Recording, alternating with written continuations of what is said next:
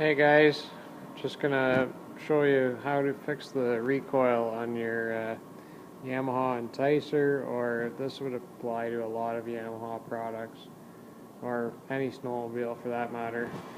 But anyways, this is a 1980, and what was happening was the recoil wasn't engaging every time.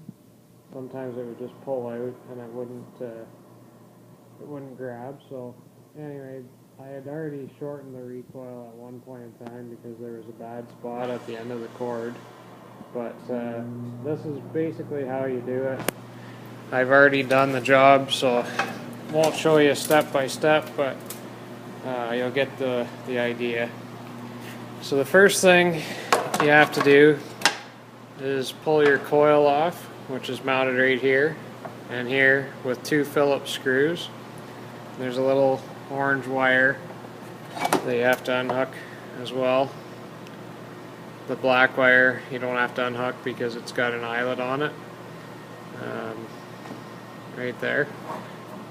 So I'm going to get a light so you can see a bit better.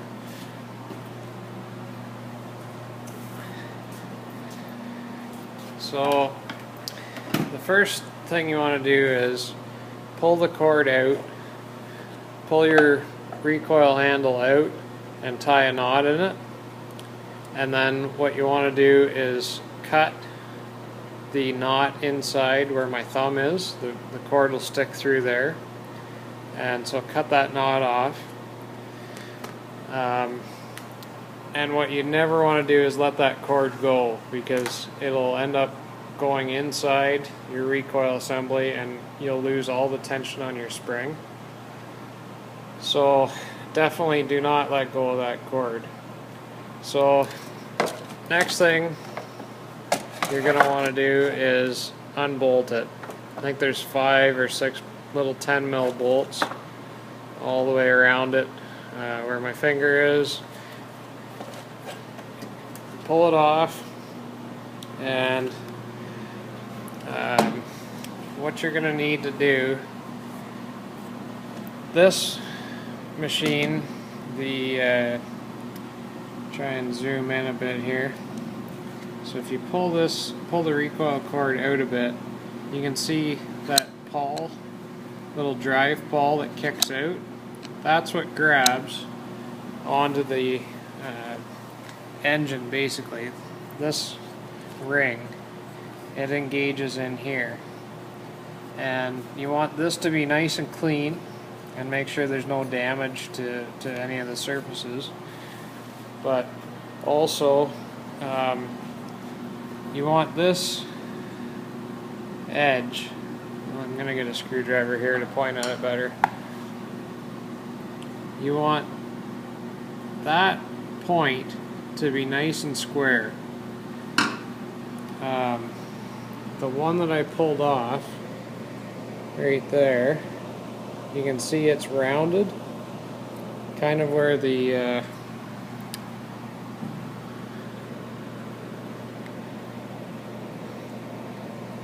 dirt is there, or grease.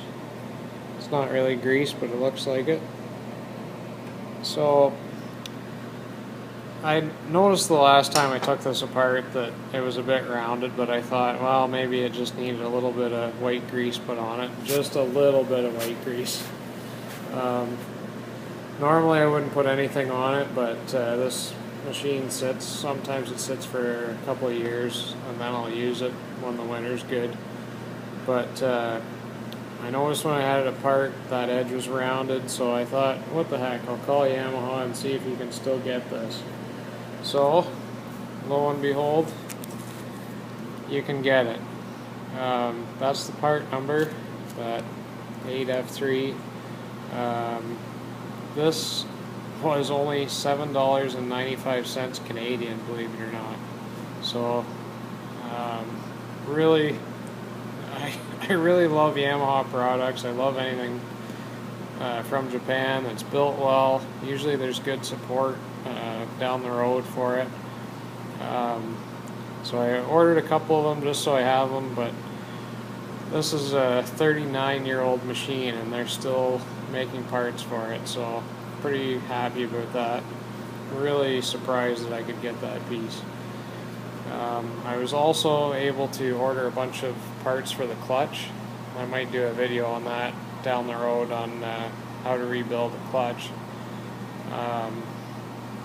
But anyway, basically this new cord is a lot longer, so I also wrapped this 3 turns tighter. So it was about a 1.5 foot longer cord, so I wrapped it 3 turns, or maybe it was 4 turns, whatever, it doesn't matter. There may be a way to do this properly, and I don't know, but this is how I've always done it. You kind of know when you're getting the spring too tight, and you don't want it super tight. Like when you're twisting this with your hand to wind it up, you don't want it so that you can just barely spin it. It should be tough to spin.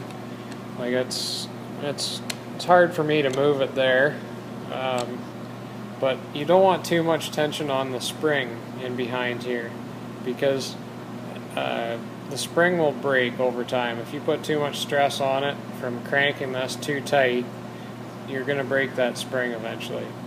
So all you have to do to change the actual pull cord is you pull this little 10mm nut off, and this steel plate, there's the washer and a little piece of nylon washer here, and the whole time you want to put 2 fingers holding down on this plastic piece where the cord is wrapped around, because like I said, under there is a spring and it's quite powerful. You should also wear safety glasses when you're doing this.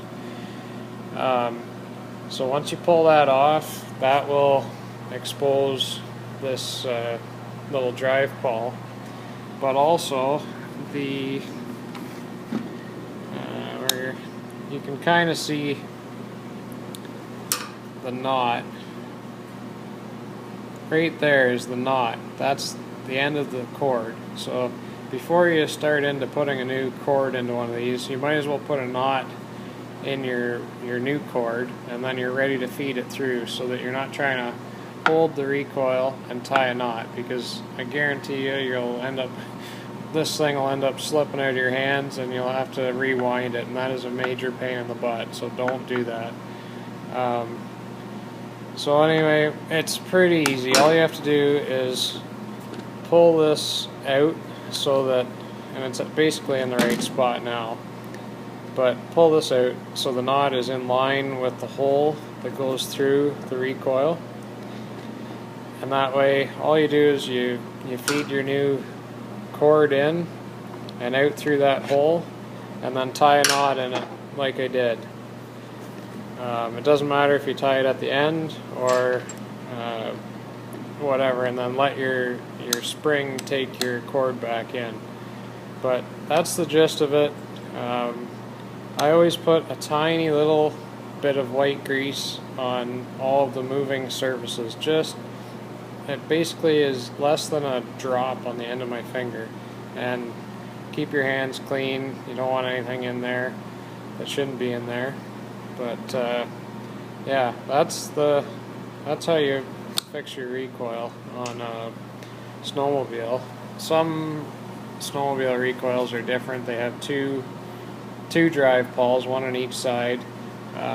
So for sure this applies to Yamaha Bravos, Enticers. Yeah, there's lots of them. What you'll need to do this is this job is a lighter or something with a flame to burn the end of your cord. I don't know if you can really see that. You want both ends to be in a point, basically. So heat it up, and then you can push it against something hard with a screwdriver, or I just use my fingers, and roll it into a point. Do that on both ends so that it's easy to poke through the hole in the recoil cord winder, and also your pull cord handle. You're going to need a quarter drive with a 10mm socket or just a 10mm wrench. You pretty well need a socket on a ratchet. You might be able to use a 3/8, but it is pretty tight. A little bit of brake clean or rubbing alcohol to clean everything up. A little bit of white grease. Side cutters to cut your cord if you need to do that. I think I made mine about 7.5 feet. Yeah, 6.5, 7 feet, somewhere in there. The old one was 5. Yeah, I made it about 6.5 feet. It's about 1.5 feet longer than it was before.